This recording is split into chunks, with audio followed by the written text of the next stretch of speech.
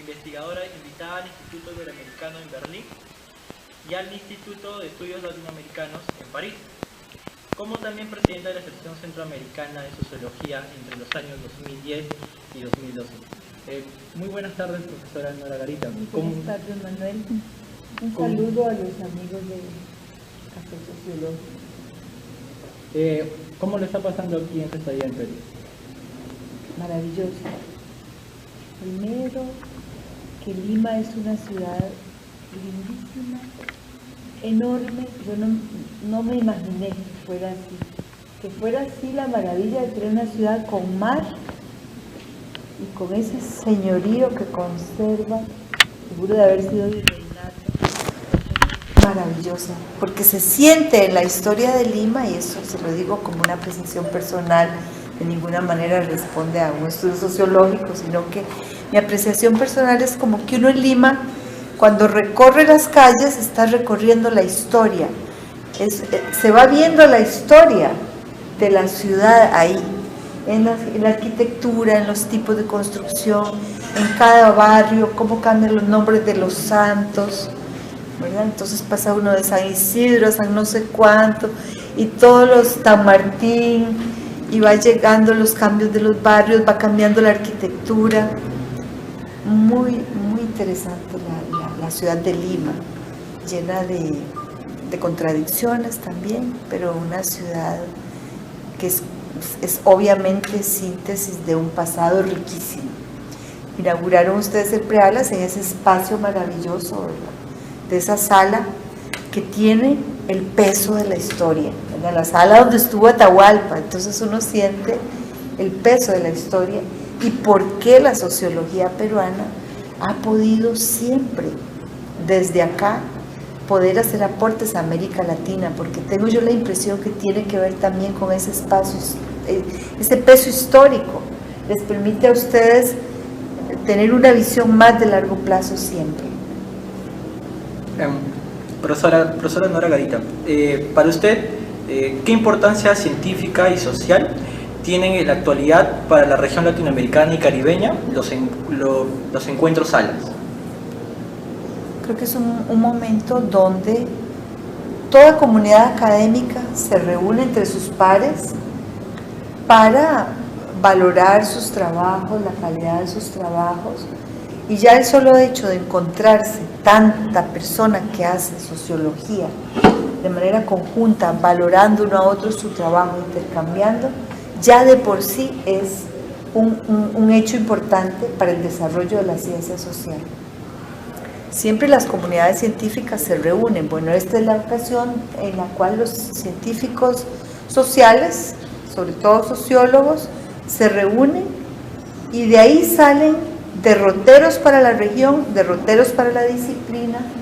Siempre salen intercambios en los nuevos avances de metodologías, de cómo se está abordando tal o cual temática, y además ahora la posibilidad de esas redes de que hablábamos, que dan un paso adelante en la forma de investigar hoy día, que ya no es el investigador aislado como un genio, sino que se trabaja en investigaciones asociativas entre países, en redes. Bueno, cada nuevo congreso trata de sumar nuevas temáticas, nuevos espacios, como usted mencionaba, ¿no? Desde su experiencia, ¿cómo es el carácter de la Asociación Latinoamericana de Sociología para responder a las demandas sociales, ¿no?, que se van presentando, ¿no?, a lo largo de los años? Yo creo que es una asociación que siempre ha sabido de alguna manera estar acorde con los tiempos, ¿verdad? Nunca ha estado a espaldas de las demandas de la sociedad latinoamericana, de los grupos sociales, siempre ha estado al contrario tratando de escuchar las demandas sociales, de dar cuenta y de intentar una explicación de los fenómenos sociales para poder aportar de alguna manera alguna contribución a las políticas públicas o a soluciones viables. Pero hoy más que nunca yo creo que se hace indispensable por lo que ha producido el neoliberalismo, que es una mayor desigualdad social en todos nuestros países, una desigualdad social que genera mucha violencia y que a la vez hace que la gente se organice para manifestar y hacer demandas por sus derechos en un contexto en el cual se trata de hacer aparecer a las personas que están reclamando sus derechos como si fueran delincuentes. Es lo que algunos sociólogos llaman criminalización de la protesta social. Entonces hay un manejo ahí también de los medios de comunicación para criminalizar la protesta social. Por eso nosotros como sociólogos tenemos que dar cuenta de manera científica de qué es lo que ocurre realmente para poder tener diagnósticos certeros, comprender bien las realidades, comprender el porqué de esos movimientos y poder de alguna manera acompañarlos desde nuestro quehacer. Bueno, usted ha participado en diferentes instituciones, ¿no? En diferentes cargos de instituciones a lo largo de toda su carrera. ¿Cómo considera la perspectiva institucional, ¿no? Desde nuestra región? ¿La perspectiva institucional en qué sentido?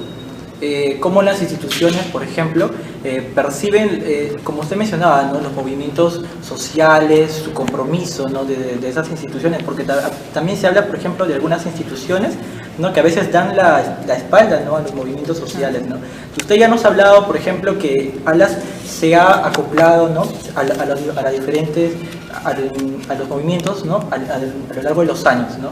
Sin embargo, ALAS debe tener alguna perspectiva, alguna forma o su carácter, ¿no? Entonces, ¿cuál cree usted? Bueno, yo he tenido siempre la suerte de trabajar en instituciones en las cuales más bien hay un fuerte compromiso con las temáticas sociales. Yo soy profesora investigadora de la Universidad de Costa Rica, que es una universidad pública, grande y muy comprometida siempre con el desarrollo del país, con los grandes derroteros como país, con la idea de construir un país. Entonces, ese es el rol histórico de nuestras universidades públicas, ¿verdad? Cómo democratizar la educación, etc. En otros países, las privadas, algunas privadas son muy buenas y también contribuyen a ese rol. En otros países, no siempre las privadas tal vez investigan menos. Creo que no es el caso de la católica acá, pero en otros países las privadas solo le apuestan a la docencia. Entonces esa parte tan importante, la sociología, que es la investigación, es más fácil realizarla, paradójicamente, aunque con menos recursos, en las públicas, pero es más fácil en tanto son espacios muy libres donde uno plantea sus propios derroteros de investigación. Y por otra parte, en este momento yo soy directora de un centro de investigación de estudios de la mujer y es un centro absolutamente comprometido con las demandas por una equidad de los géneros. Entonces, todas las temáticas que se investigan ahí tienen que ver con la búsqueda de un mundo más justo. Por ejemplo, nosotros investigamos ahí temas como trata laboral, la trata de personas, temas como migración, temas como el hambre, como la violencia obstétrica, etcétera. Todas las temáticas que se investigan en este centro apuntan siempre a un mundo donde haya más equidad entre los géneros. Ahora hay un investigador también que estudia masculinidades y entonces todo converge como una institución comprometida, para volver a su pregunta. Claro. Bueno, usted como presidenta del Congreso ALAS Costa Rica 2015, bueno, en este congreso se ha incorporado una mesa de debate en que pone la relación de los jóvenes estudiantes, ¿no?, con la Asociación Latinoamericana de Sociología, como temática, ¿no? ¿Qué objetivos tiene al incorporar esta temática? Bueno, en realidad los jóvenes que van a participar, los estudiantes, pueden incorporarse a todas las actividades del Congreso, ya sea como panelistas, como ponentes, sin ponencia, en cualquier, ¿verdad? El que se inscribe ahí participa en cualquier forma. No es que hay una mesa especial para estudiantes, sino que son congresistas más. Pero sí vamos a crear un espacio, un momento, y les vamos a dar un espacio físico para propiciar ese encuentro entre ustedes, que ustedes lo organicen y hablen de lo que quieran. No vamos a hacer nosotros de manera adultocéntrica lo que les decimos. Van a hablar de esto y la agenda es esta. No, eso serán ustedes que quieren hacer con ese espacio, ¿verdad? Lo que estamos es, ahí está, hagan ustedes lo que quieran con eso. Es como propiciar un encuentro que ustedes son suficientemente lúcidos, ¿verdad? Como decía Violeta Parra, jardín de nuestra alegría. O sea, ¿qué sería de nosotros sin ustedes? Entonces, para ese jardín de nuestra alegría les vamos a dar un espacio para que ustedes debatan, discutan, articulen, propongan lo que quieran. Realmente, por ejemplo, desde mi perspectiva, me parece una iniciativa muy innovadora desde un congreso, por ejemplo, como el ALAS, ¿no? A veces en muchos congresos que veo, ¿no?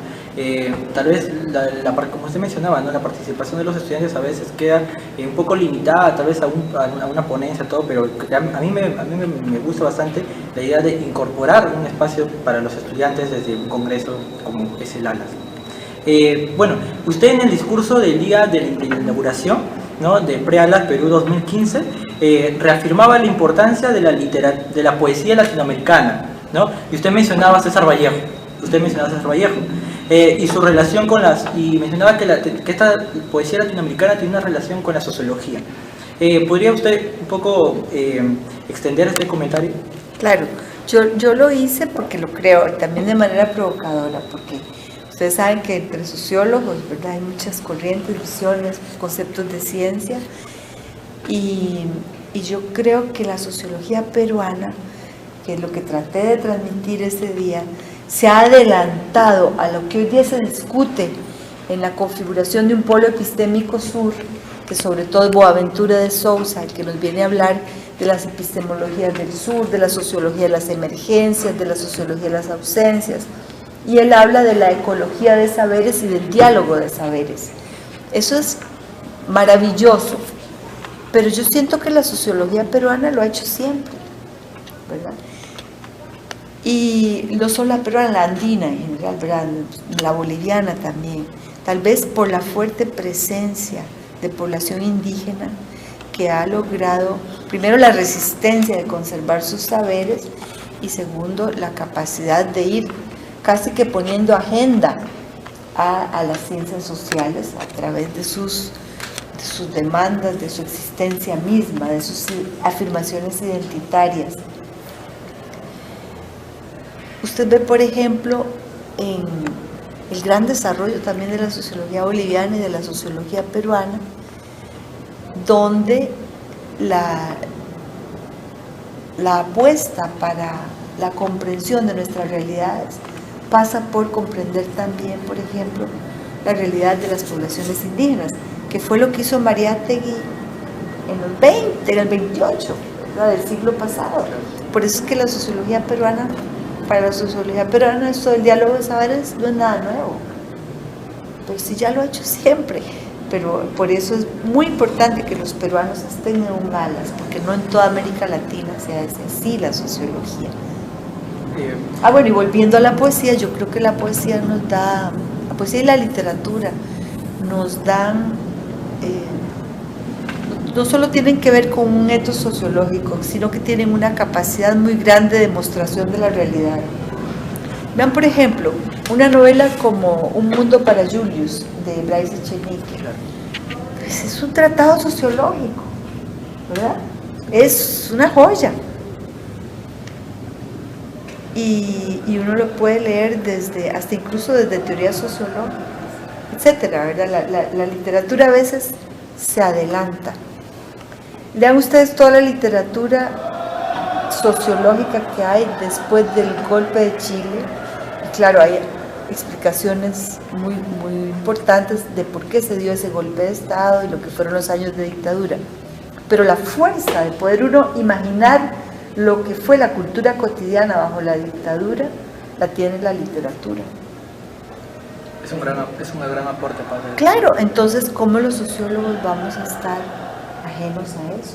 Claro, hay que aprender bastante de ello y también volver a leer, e incluso leer a los nuevos literatos que aparecen, ¿no? Porque es una representación de la realidad que es un producto social, claro. Y bueno, el estado de dependencia que nos ha caracterizado como región nos ha llevado a múltiples problemáticas internas y externas. Como consecuencia, desde la sociología nacen diferentes teorías, como cuando Aníbal Quijano nos habla, por ejemplo, de la cuestión de la colonialidad hoy. ¿Cómo considera usted la relación de América Latina y el Caribe con respecto a otras regiones a nivel global? ¿Con respecto a la generación de teoría o no? Claro, con respecto a la producción de la teoría. Ajá. Yo creo que ahí, de todo este grupo, ¿verdad? Wallerstein, en el cual dialoga con Aníbal Quijano, desde esta discusión que tiró al tapete Aníbal Quijano con esto de la colonialidad, América Latina está haciendo un aporte a nivel mundial. En la constitución de eso que podríamos pensar en un polo epistémico sur, no es geográfico, no es que vamos a dejar de leer a los clásicos, porque sería simplemente dejar de ser sociólogos, ¿verdad? Porque nuestra sociología nace en Europa, es una disciplina moderna, entonces tenemos que leer a los clásicos, obviamente. Ahora el tema es desde dónde y cómo los leemos.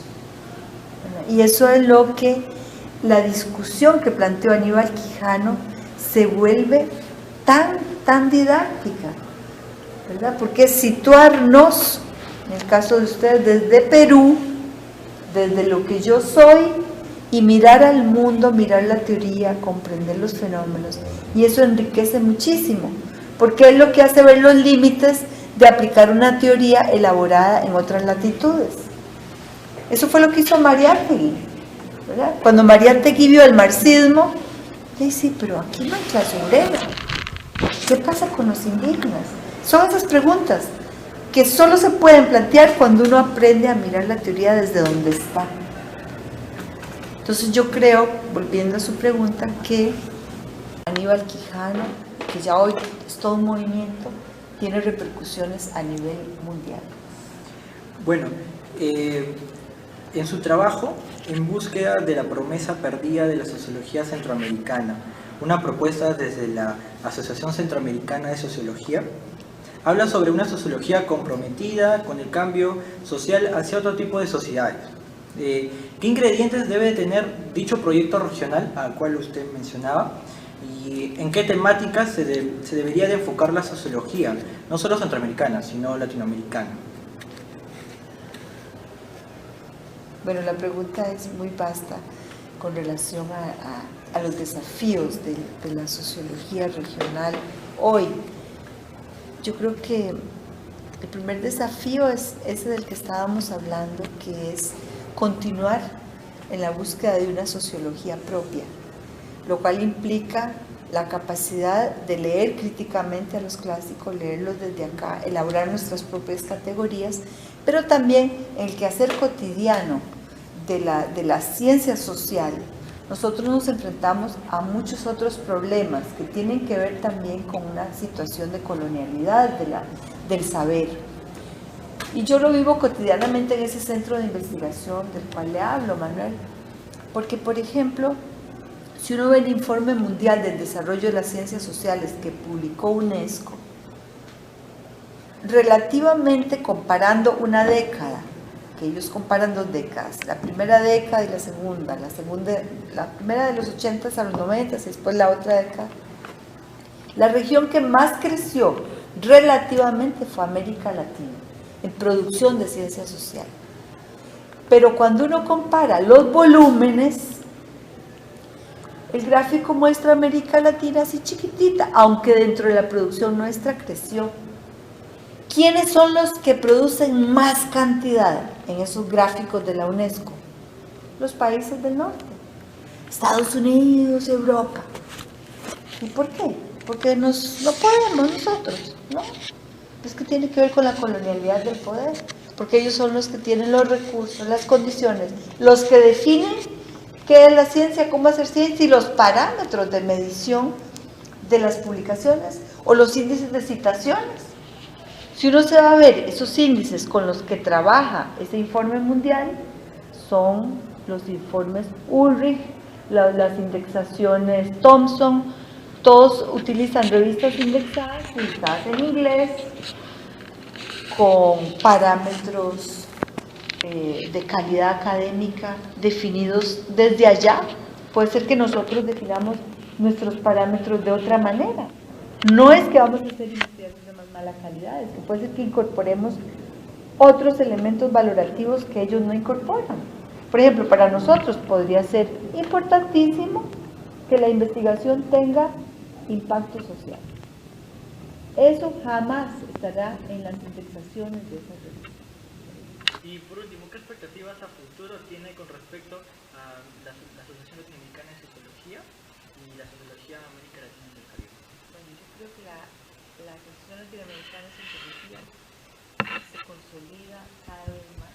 Estamos en una etapa de institucionalización. El presidente actual, el doctor Arnold, como el anterior, Pablo Enrique Martins, han hecho un esfuerzo por darle estatutos nuevos, institucionalizar más los procesos, y eso nos va a permitir seguir adelante, que ALAS no sea solo un congreso bianual, sino toda esta vida activa entre congresos de pre-ALAS, de publicaciones, de redes de investigación, y entonces obviamente estamos apuntando a crear nuestros propios derroteros, nuestras propias utopías, que tal vez en el caso de América Latina pueden ser múltiples, no es una utopía, no vamos a unificar, no, somos, digamos, podemos apostarle a a una unidad en la diversidad. Somos muy diversos, que ahí está la riqueza. Entonces, más bien, podríamos imaginarlo como una heterotopía de lo que hablaba Foucault. Un lugar otro, no sabemos cómo será, pero en todo caso, otros mundos son posibles, donde quepan todos los otros mundos posibles. Bueno, muchísimas gracias por el tiempo prestado para la entrevista.